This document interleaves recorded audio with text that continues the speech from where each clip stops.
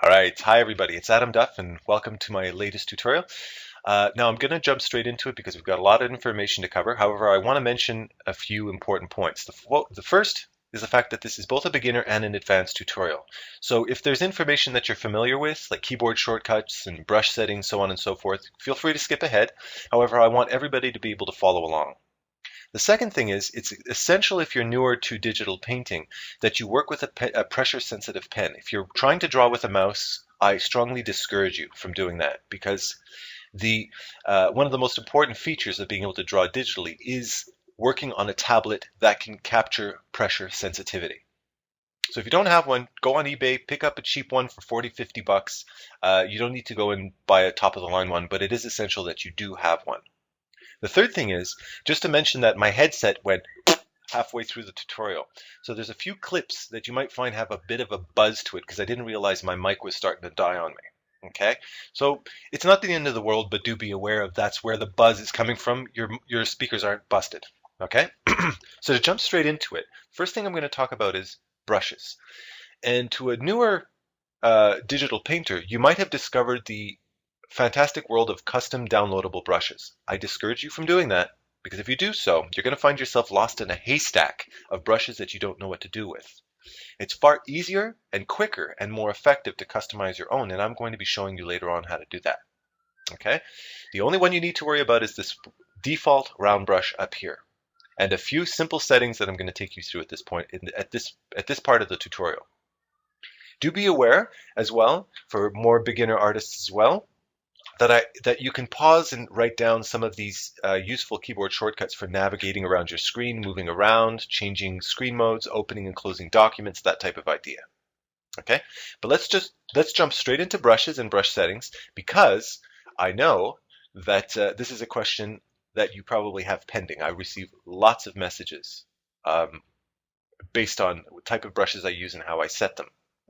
And at the end of this tutorial, at the very end, I have links to my free tutorials that you can find on YouTube that cover many other topics as well. So feel free to go and check them out. So if we're in our brush tool, the first thing that we need to, B for brush, by the way, B as in Bobby, the first thing you need to know is how to control brush size. And those are the left and right brackets, just to the right of your P key, P as in potato. So the left bracket will make my brush smaller. The right bracket will make it larger. The next thing is brush hardness, the difference between having a sharp brush or something that feels more like an airbrush or spray paint. Okay, and those are the same two keyboard shortcuts, the left and the right bracket. However, you hold down Shift. Shift is also known as a modifier. Shift, Control, Alt, they're all modifier keys because they modify your keyboard shortcuts. So if I hold down Shift and tap my left bracket 4 or 5 times, it'll give me an airbrush. And if I hold down Shift and tap my right bracket 4 or 5 times, the same bracket I used for brush size, it'll give me a hard tip. The next two settings are opacity and flow, which if you're in your brush tool, you'll see this menu pop up here on the top.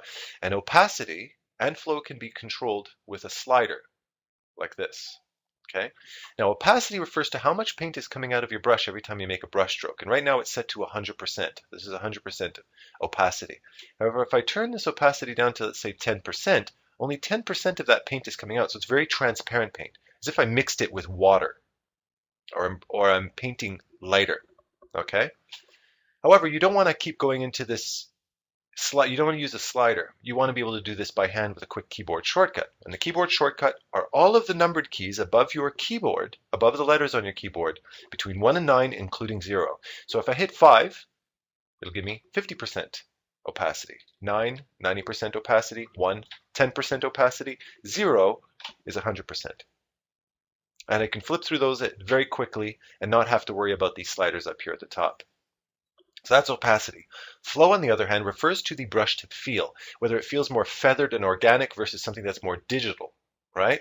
And that's not to be confused with brush hardness, okay? And you'll see what I'm talking about. It's a subtle difference, but it's an important difference. At 100% flow, I'm getting this very digital, sharp line. However, if I set my flow down to around 25%, you'll notice that my brush tip feel feels a little bit more feathered and organic, okay? The keyboard shortcut for that is are the same numbered keys at the top. However, I'm holding down the same modifier that I did to switch between my brush size and brush hardness, the Shift key. Okay, so if I hold down Shift 4, it's going to give me 40%. Shift 8 is 80%. Shift 1, 10%. Shift 0 is 100% flow. And I can flip between them that easily, that quickly. Okay. The last two settings, the only last two settings you need to worry about are shape dynamics and other dynamics. And those can only be accessed through your brush menu. And the brush menu can be open and closed by hitting the F5 key, function 5. Okay? Shape dynamics controls how thick or thin your line is depending on how hard you press. So if I press very gently, I'll get a thin line. If I press hard, I'll get a thick line. Other dynamics controls the opacity of my line depending on how hard I press. So if I press very gently, I'll get a very transparent line, and if I press hard, I'll get an opaque line. And naturally, I can, of course, mix any of these settings I played with together to create different effects. So if I turn shape and other dynamics on, then I can have a thin and transparent line, and then just by pressing harder, I can get a thick and opaque line. All right. Now, if I want to erase everything I just drew, confided I'm on its own layer, I'm on a separate layer, then I just do Control A to select all, hit the backspace to delete everything, and then do Control D to deselect. Now, for the first part of this painting, I'm going to, because you want to know how these brushes are used in context, I want to create a pen tip, like a brush or a pencil, something for sketching. So I turn shape and other dynamics on, I have my opacity and flow turned up to 100%, and I made my brush small. That's it. And this way I can draw at my own leisure. If I wanted to, for instance, have a lighter line, I didn't want to have something that was too opaque, then of course I could turn my opacity down to, let's say, 50%. And here I'll draw a little more gently, or maybe even 30%, or 10%. So I'm drawing very gently. Okay? That's it. Now, at the beginning of the first part of this tutorial, notice that I'm not going to show as much of the painting process. I'm actually going to demonstrate more because it's more important that you understand what's going on in my head during the production of this painting, because the drawing itself is repetitive, and you already will understand how I drew it. I just wanted to give you a quick excerpt of the drawing process itself so that you could see how my lines started coming down to create this shape. However, what's more important is that you understand what I'm doing. So there's going to be a little bit more demonstration and explanation at the beginning. However, as we progress forward through the painting, you're going to watch more of the painting process and how it unfolds. Okay, so let's continue. Now, at this point in the tutorial, I have to decide how I want to draw this. And in order to decide how, I have to decide first what. And in this case, we're doing an ancient old yew tree, an old gnarled yew tree. It's very organic, it's very bumpy, and I want to capture some of that energy in the drawing itself.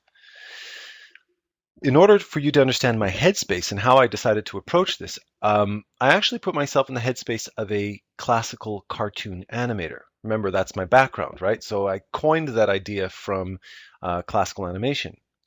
And the two fundamental techniques used in classical animation, classical meaning traditional, hand-drawn, like Beauty and the Beast or Tarzan or Looney Tunes, that type of idea.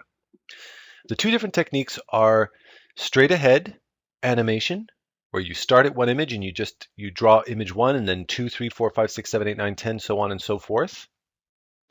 And the alternative to that is key animation or pose-to-pose animation, where before you do all of those in-between images, you first establish where your animation is going to start, where it's going to end, and then you add all the in-betweens in the middle. Now, the advantage of straight ahead is the fact that you're creating something that's fun, it's organic, it's unpredictable. You can kind of lose track of your original idea and go off in some strange tangent that ends up creating something that's fun. The disadvantage is that it can be technically weak. It can lack form, proportion, volumes, that type of idea. In the case of key animation, you're creating a solid framework, so you know where it's starting, where it's ending. You can keep track of your proportions, your perspective, your volumes, all of those things. However, it can look a little bit robotic as a movement and lack a little bit of energy and spirit to it. So animators have learned to combine both techniques, both straight ahead to create something that's fun and interesting and entertaining, and key animation where they were working on something that was a little bit more technically demanding, where they needed to be able to follow a certain guideline. Now, drawing can follow exactly the same methodology, can use the same techniques. In the case of technical drawing, I want to establish what my three-dimensional forms are first. So let's say if I'm drawing the trunk of a tree, say I'll draw the trunk of a tree here. I'll do a cylinder for the tree, like that. I'm going to do it very loosely, and then I might do a little bit of a tapered cylinder for one of the branches, and then I can do another cylinder attached to that one to create the other branch, and so on and so forth. Okay?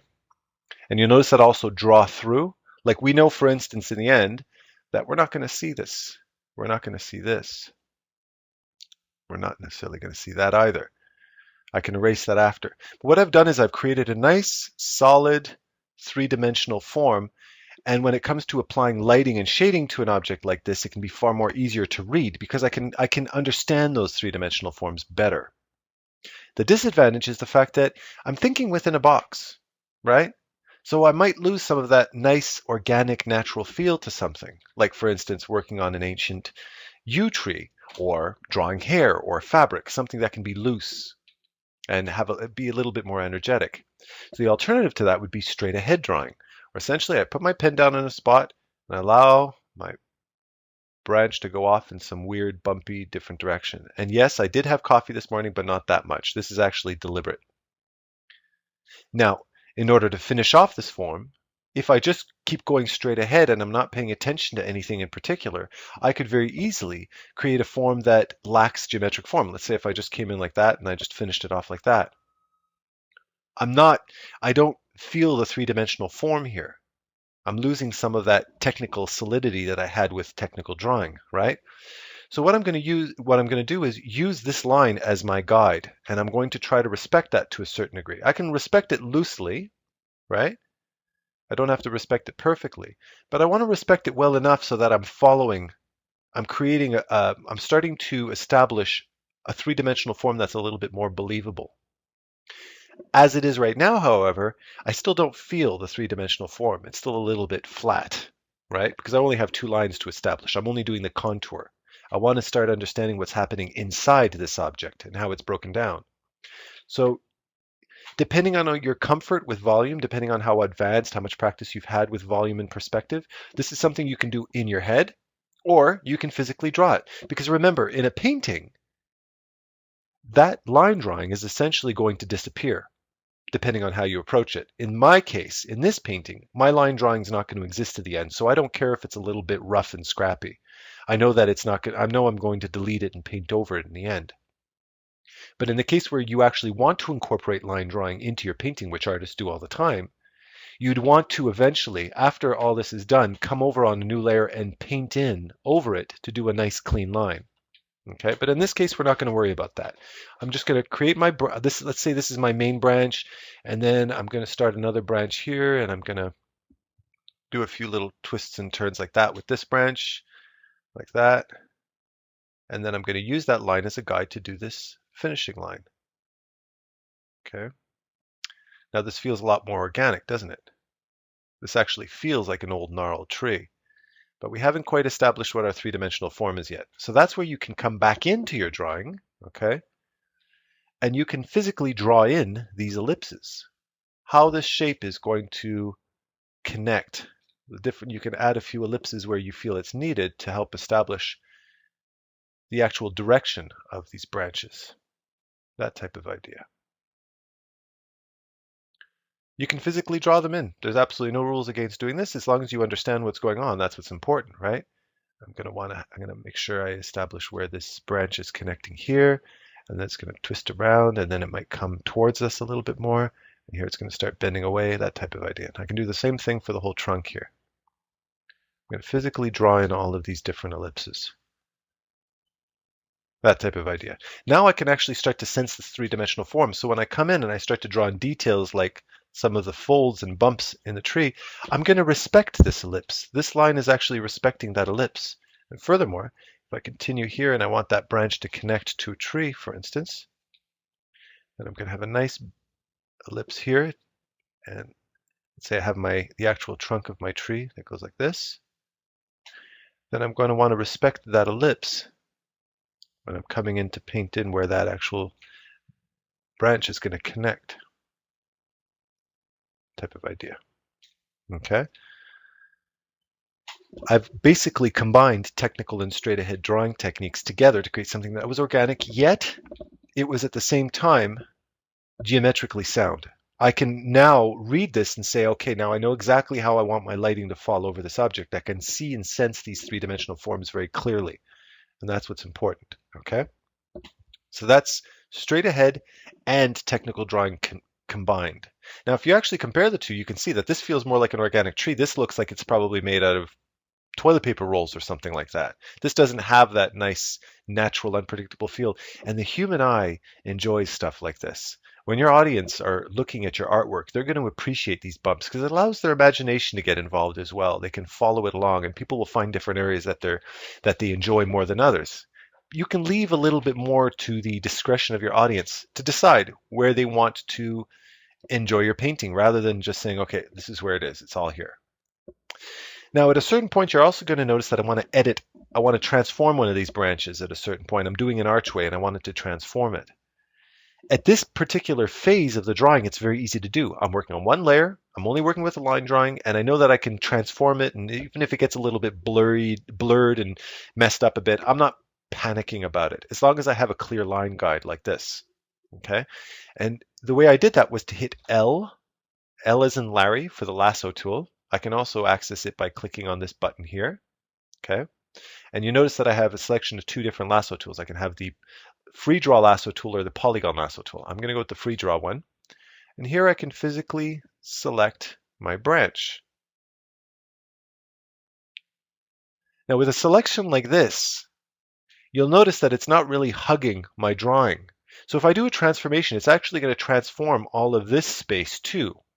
I want it to be a more accurate transformation. So what I can actually do is just go press V as in Victor for the move tool or the arrow. I can click on this arrow up here up at the top, and then I can nudge my drawing by nudging it one point by hitting the right arrow key. And what that does is it makes my selection snap to my drawing.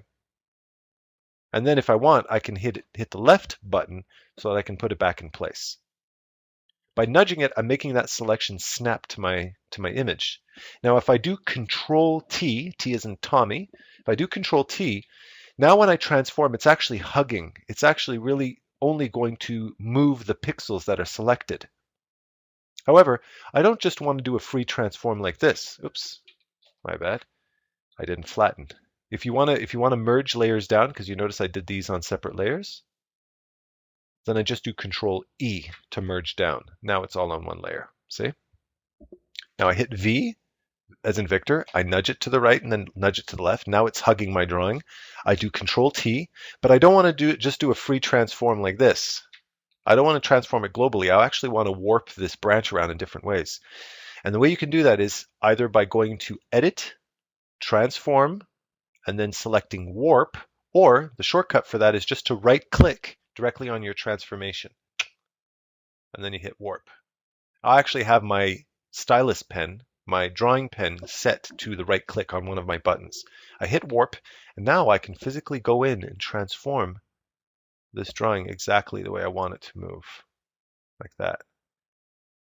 And I can warp this branch around. Maybe I want this branch to come in a little bit more, that type of idea. Like that. And then I hit Enter when I'm happy with it, and then I do Control D, as in David, to deselect. Now if I do Control, Alt, and Z all at the same time, and I tap Z a few times, and I go back to my original, and then I let go, and then I just do Control Z, I can flip back and forth between then and now. So I can go to my transformation, and then back to the way it was originally, and I can physically see my change. And I can use that at that point to judge whether or not I'm happy with this transformation or forget it altogether and just stick with it the way it was before. Okay? That's just by continually hitting. If you just hit Control Z, it's going to do undo, redo, undo, redo. It's going to keep flipping back and forth. However, if I do Control Alt Z, I can do multiple undos, as many as I'm allowed in the memory of my computer, as far as I set Photoshop. Now, the only other quick tip I want to give you as far as making a selection is concerned is, like I said, you have two different types of selection tools. You have the free draw select tool, and you have your polygon select tool, in which case you have to click to make your selection. Now, the advantage to a free draw selection tool is that it's fast, okay? If I go into my free draw selection tool, it's fast. I can do a quick selection like this. With the case of polygons, it's slower. However, if I want to really get into specific little tight corners, generally find that doing the polygon lasso tool is a little bit more accurate. I could really take my time and make sure I got that selection exactly the way I want it to. However, you might find it a little bit annoying to have to keep flipping back and forth between the two. So there's an actual quick, very handy shortcut for that. If you're in the regular free draw lasso tool, and at a certain point you want to convert into your polygon lasso tool, then you just have to hold down Alt, and it'll convert it into the polygon lasso tool. You can make your very specific selection, and then when you're happy, you let go of Alt and keep drawing. Quick tip. So that's it. That's how I'm going to be approaching the entire drawing phase of this painting. So let's move on.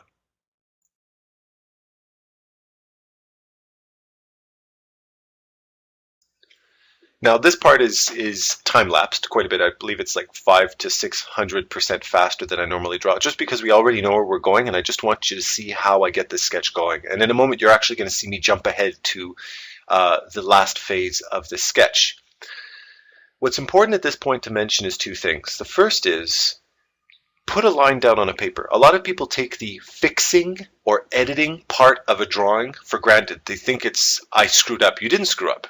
99% of the time, get a line down on the paper, get something started, and then you can move it around it and transform it the way a sculptor would to create the shape that you're looking for.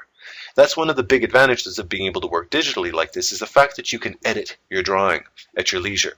So I'm just creating these very nice organic bumps and twists and turns in the trunk, and then I travel around the page to create these branches, and I'm paying close attention to the feeling that I get looking at image references, because on my second screen I have image references there to give me ideas on how I can twist these branches in a different way.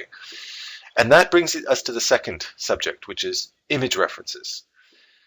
Image references are something that I use all the time to give me new ideas, to open my mind up to different things I wouldn't have thought of, because the world is a huge place with a lot of information out there, so I'll never expect myself to know everything. I think it's a silly thought, and nature has so many things to teach. There's no reason why I should try to bluff it.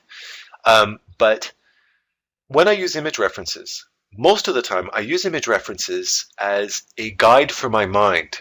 I might have 6 or 7 different image references sitting on my screen at the same time, and I'm just kind of glancing over it to think, oh, okay, maybe I can twist a branch around this way, or I like the way these branches all tilt upwards, or I like the way this one dips down to the ground. And in my head, I knew I wanted to do this archway, right? So I looked up some image references on how the side branches on these ancient trees dip down to the ground. But the drawing itself, what I'm sketching in front of you, I'm doing myself. These are my own shape branches. I'm not trying to draw exactly what I see, because that would just take me forever. The only thing I had in my mind was I knew I wanted to have that archway, because that's going to be our focal point in the drawing. That's where we're going to put our character. All right? So this is it. This is our sketch.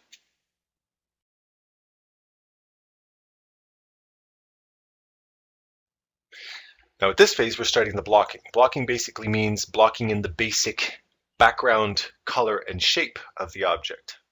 And the two things I generally remember during this phase is, one, I work low value, so darker color, and very, very low saturation. Very often artists even start completely in grayscale. They don't even touch color at this point. However, for this particular painting, I'm going to start with color, but very, very low saturation. And the reason I'm starting low saturation is if you start with something that's very bright and saturated right away, that can actually limit your opportunities to be able to balance saturations later on in your painting. You can find that it's just you create a painting that's far too obnoxious right off the bat, and later on when you want to do minor tweaks, you can start finding that it's hard to at that point, where it's generally easier, especially when you're first starting with color, to work with a very low saturation and slowly you build yourself up towards the end.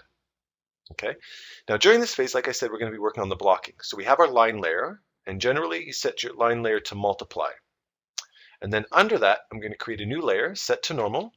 And here, I'm going to set my brush to be a soft, I'm going to turn my hardness all the way down, and I'm going to turn shape dynamics off. Okay.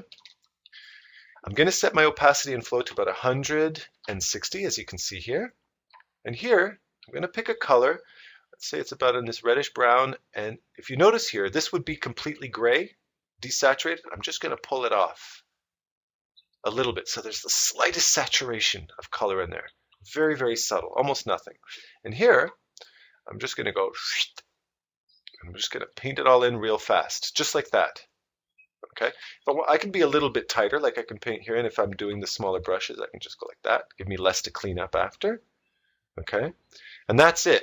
Okay, once that's done, which takes about 4 seconds, as you can see, I go into my eraser tool by hitting E. Okay, and the eraser tool, just to mention at this point, it's important to say, eraser tool and the brush tool are identical. They have all the same settings. The only difference between eraser and brush is the fact that the eraser subtracts information and the brush adds information. So I'm going to go into my eraser tool, and here I'm going to set my hardness up to a hard edge. I'm going to keep my other dynamics on. Generally, 90% of the time I keep other dynamics on. And I'm going to turn shape dynamics off. Why? Because I don't want to worry about my line thickness. I just want to be able to follow and erase around this edge without worrying about having to fix things and making unpredictable size variations in my line. I just want to be able to follow this very cleanly. Okay, my opacity and flow are set to 160. And here I'm just going to come outside and I'm going to erase everything like that. Just going to follow around the edge. Now, had I had shape dynamics on, this is what would have happened. Let's actually just change. Okay. This is what happens. Okay. This can happen, which can be a pain in the butt, right? So it's a lot easier just to keep your shape dynamics off, so you don't have to worry about that. And you get a nice controlled line.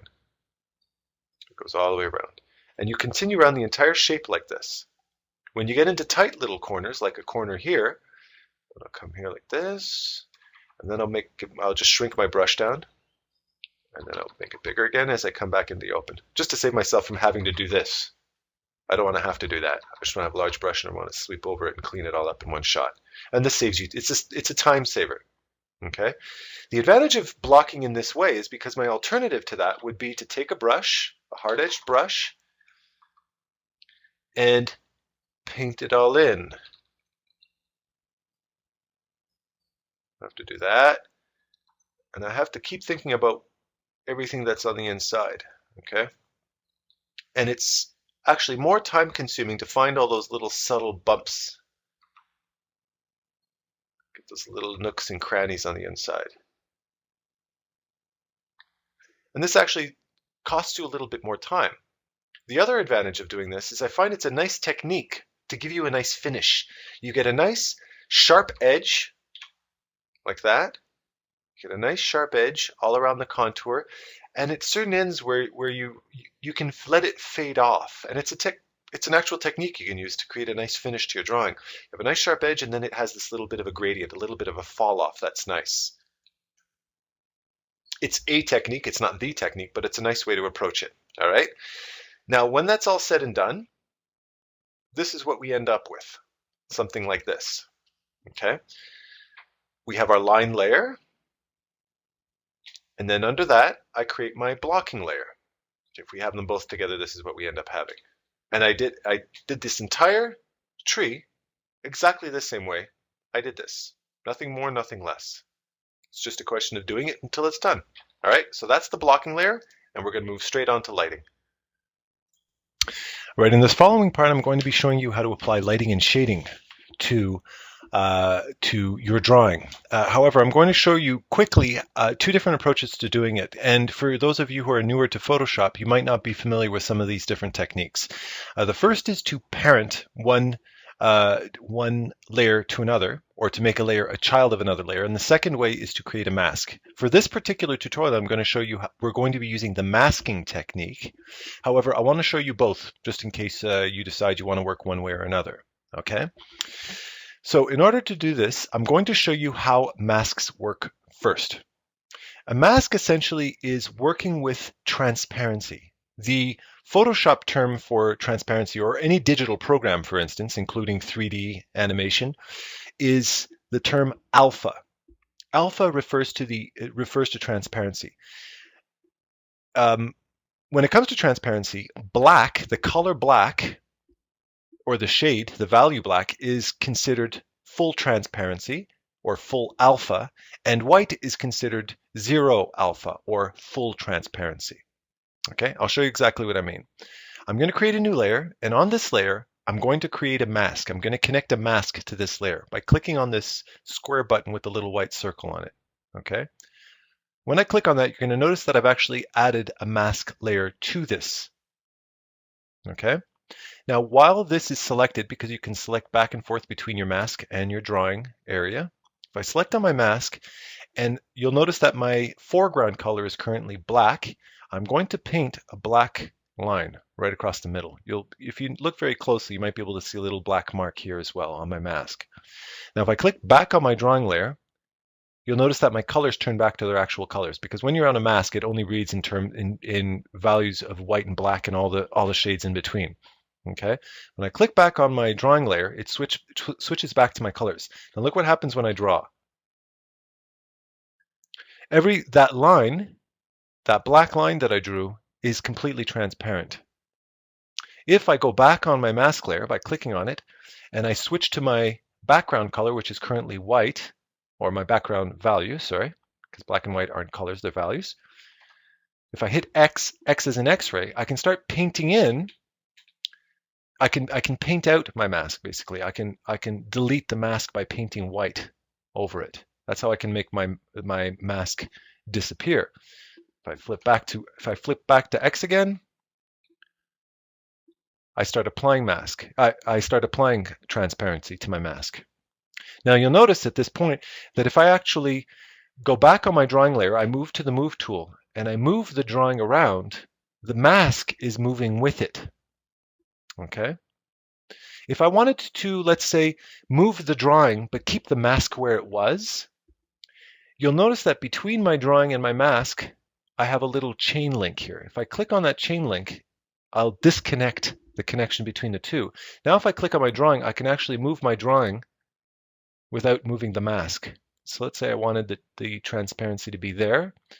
Once I'm happy, I click between the two again, which links them again, and now they'll move together once again.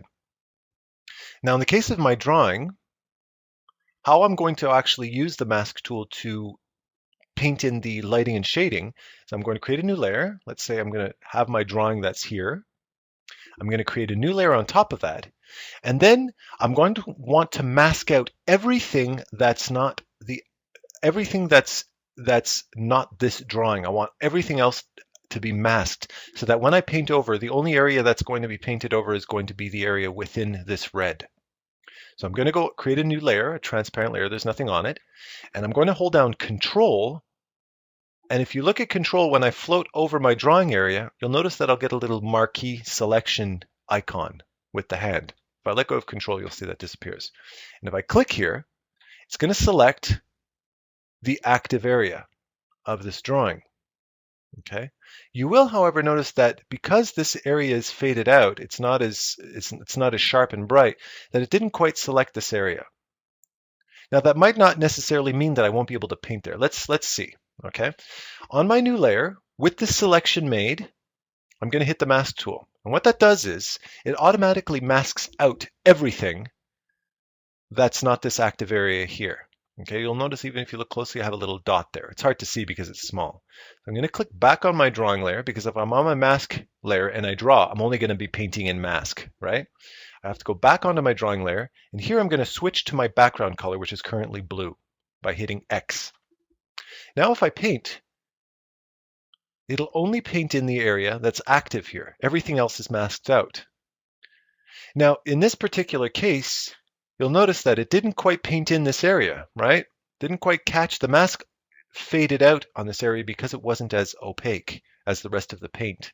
That can be a disadvantage of working this way. So just be aware of it. However, in my particular case, because I created a sharp-edged image with the way we did our blocking, we're not really gonna face that problem as much. It's not as much of an issue. But just be aware of the disadvantage of working with a mask if this is the case. If I wanted to fix that, I'd have to physically go into my mask, select white, and physically paint it in. Okay, like that. Okay. So that's one way of doing it. So this way, when I apply shading, which I'll show in more detail in just a moment, this is a quick way of doing it without going over the lines. Now, the alternative to that is to parent one layer to another. And the way I do that is this is my active drawing layer. I'm going to create a new layer, and then I'm going to hold down Alt and click between these two layers. You'll notice that if my cursor goes over the line between these two layers, the cursor actually changes to this different icon. Okay. If I'm between these two layers with Alt held down and I click, it's going to make this layer a child of this layer. And what that essentially means is when I paint on this layer, the only area that's going to appear, the only area that's going to be visible that I paint is going to be the area that is connected to active pixels on the layer beneath it.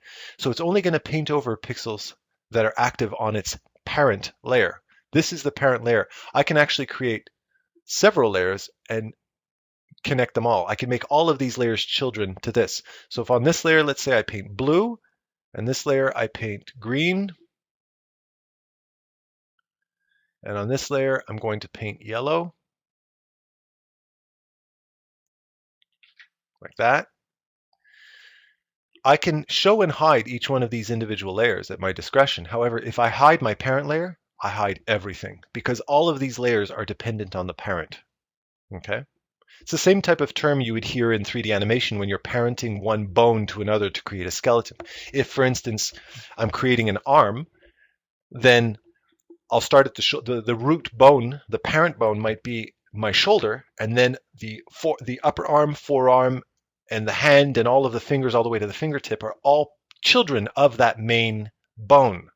Okay, they're all dependent on that main bone in sequence. Well, it's the same idea when it comes to parenting layers.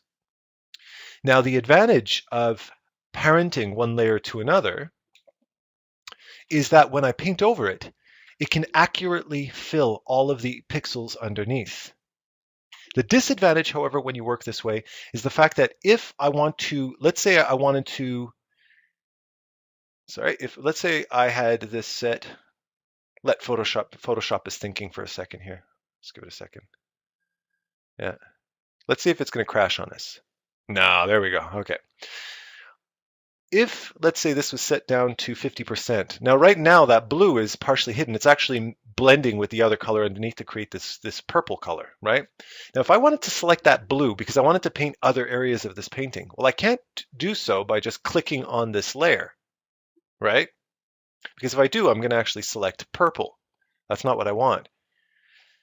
So how do I do it? Well, if I wanted to hide all of the other layers but that blue layer, so that I could do a quick select of that color, I can't do so by clicking directly on this child layer, because if I do so, because this child layer is dependent, it's connected to the parent layer, it doesn't hide the parent layer. So I'm still got that purple there. That's not working. That's not where I want to be. So the only way to do it, the order you have to do it is to unparent it, then hold down Alt and click on the eyeball. When you hold down Alt and click on the eyeball, you're making every layer but that layer visible. Okay? You're hiding everything but that layer. So if I hold on Alt and I click, it's going to hide everything but that blue layer.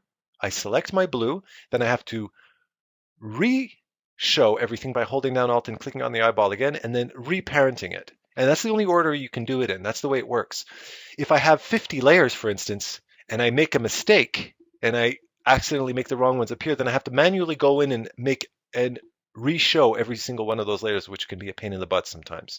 So you just have to be aware of that. Once you've done that, then you can reparent it like that. Okay, you can reparent this layer to it as such. Okay, it's the only way you can do it. And then you can keep painting in that color to make the purple. Okay. That's the disadvantage when you're working with a mask, however. The advantage of working with a mask is if I create a new layer, I create my selection by holding down Control and clicking on the layer underneath. Then I create my mask, and then I click back on my drawing layer and I draw. And then I set this opacity down to 50% to create this purple. Now, if I want to select just that blue color, then all I have to do is hold down Alt, click, Alt, click, and we're good. And now I can keep working. That's the advantage of working with a mask. So remember, there's two different ways of going about it. However, for this particular painting, as you can see, I created a sharp blocking that has a nice sharp edge to it, so I'm going to be able to use the mask tool effectively without causing any problems. Now that we understand masking and how I'm going to be organizing my layers, I'm going to show you how we're going to apply this mask to apply lighting and shading. And it's a step-by-step process. It's a layered process. So basically, we're going to create new layers, and as we do, we're going to be building up light and shading. Okay. Now, in order to do this, I'm going to create a new layer between my line layer and my blocking layer. So this is my line layer. This is my blocking layer. I'm going to create a new one. And then I'm going to Control click to do an automatic selection of the active pixels on my blocking layer. And I'm going to click on my mask, as I showed you in the last part. And remember, it's always important to click on the drawing layer. Otherwise, you're going to be painting on the mask and it's going to be frustrating. You know the deal. Now for this first pass, all I want to do is establish where my light source is coming from. A very quick, very easy light pass. And to do so, I'm going to turn off shape dynamics. I'm going to hold down Shift and I'm going to hit my left bracket about 4 or 5 times to make it a soft edge brush. I'm going to turn down my hardness. And you'll notice here as well, that I turn my opacity and flow way down. I want to work softly. So 30 and 20, you can 40 and 20, whatever works for you. Okay. And for this, I just want to establish that my light is coming from the top left like this. And I'm going to respect the fact that I have 3-dimensional forms here. Okay. So here I'm just going to go very quickly and paint in this lighting like that. I'm just going to do a very quick light pass with a large brush, very loose. Okay, like that. That's it. And once that's done, I'm going to take the opacity down because you're going to notice that I want to work very subtly and slowly build things up. So I just want to have that suggestion of a light source. That's all I need. But I don't want it to be a strong transition between light and dark. I want to build that up gradually. So to do that, this is where I actually change my brush setting. And I'm going to keep it at this new brush setting throughout the rest of this lighting phase. Okay. I'm in the brush tool. I'm going to create a new layer. Now I can either Control click on this layer or I can Control click on the mask because the mask is the same selection, right? And on this new layer, I'm going to create a mask just like I just did. However, my brush settings, I'm going to set my hardness back up and I'm going to turn my shape dynamics on. I'm going to keep my opacity and flow very low because I want to work gently. I can even go down as low as 20 and 20 if I want to, or 20 and 10. And here, I'm going to start breaking apart these shapes to start defining all of the different bumps and surface variations on this bark, right?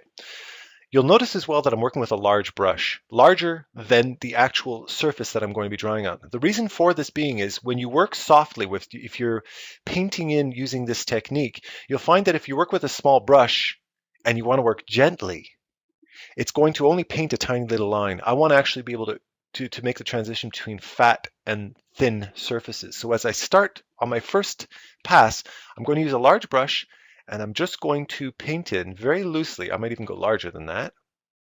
Very loosely, I'm going to start breaking apart. You notice I'm creating a separation between this area and this area. Okay. Same thing down here. I'm going to break these apart slowly. I'm always respecting my light source. Okay, I'm working very subtly.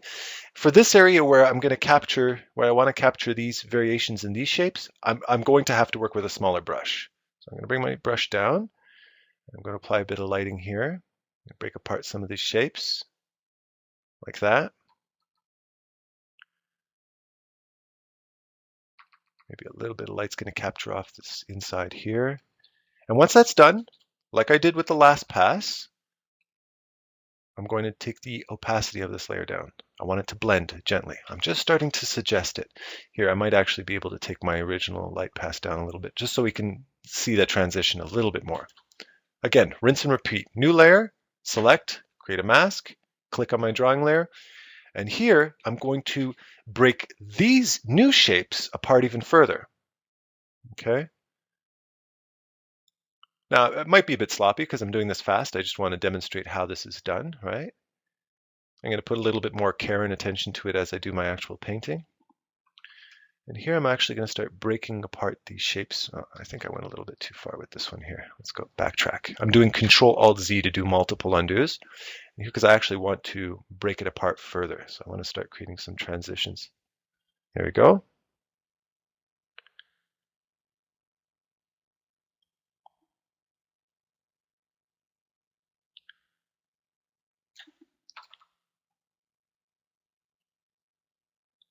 There we go. And I'm going to keep working this way. I'm going to break these shapes apart like that.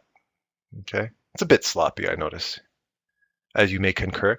However, because I want to, in order to make this brush stroke feeling disappear and have it blend in a little bit more, again, it's important that I bring the opacity down again. And you'll notice that it blends in a little bit better that way. There we go.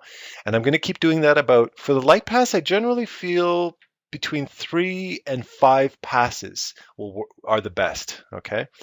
Because you want to keep building it up until you reach a point where you feel that it's starting to feel like specularity. The surface is starting to look too shiny. Now, if I'm actually working on a shiny surface, let's say this tree was wet, it was raining outside, then I might want to build up my values even further to create more of a shiny, high reflective surface. But in this case, it's a regular matte surface tree trunk, right? And you notice that every time I apply more light to it, I'm going to break these shapes apart even further, like that. Okay. I'm going to bring the opacity down just enough so that it blends in, but I still want it to remain visible. If I do feel, by the way, like in certain areas, you notice like here, I'm not crazy about the fact that this brush stroke looks a little bit sloppy, then I can go into my eraser tool.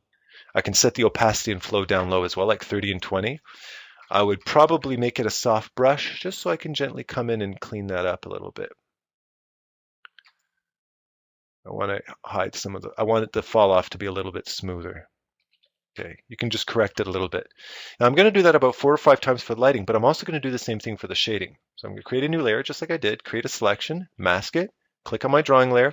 Here I'm going to select my blocking value, and I'm going to bring it down even further. I try to avoid black if I can. But I can't. I'm not always successful with that. Sometimes I have to go black in order for that to appear. I'm going to turn off shape dynamics for the first pass, make it a soft brush, and here I'm just going to establish my shading source. You notice my opacity and flow is still set very low. Okay, actually I think I can turn it up to 30% opacity because it's taking a little bit too long. And here I can establish where my shadow source is, and of course, just like I did with the lighting, I'm going to bring down the opacity. New layer, select, mask, click on my drawing layer, go back to hardness, turn my shape dynamics on, and exactly like I did with my lighting, I'm going to start breaking apart these shapes in the shading as well. Okay. So I'm building up the shadows and I'm building up the light as well. And as I do, you're going to notice that I'm going to start bringing out these nice forms are going to start to appear as we build them up. It's a very enjoyable painting process. Now you're going to have to get used to using the brush this way. You might be unfamiliar with it, but it's a very enjoyable way of painting, watching your forms really come to life. And not only that, but because you're visualizing these shapes, many of these shapes are visualized in your own mind because you're looking at these basic shapes and you're breaking them apart. You're actually starting to find forms and shapes appear in front of your eyes, which is a nice experience as well. I enjoy this. Okay.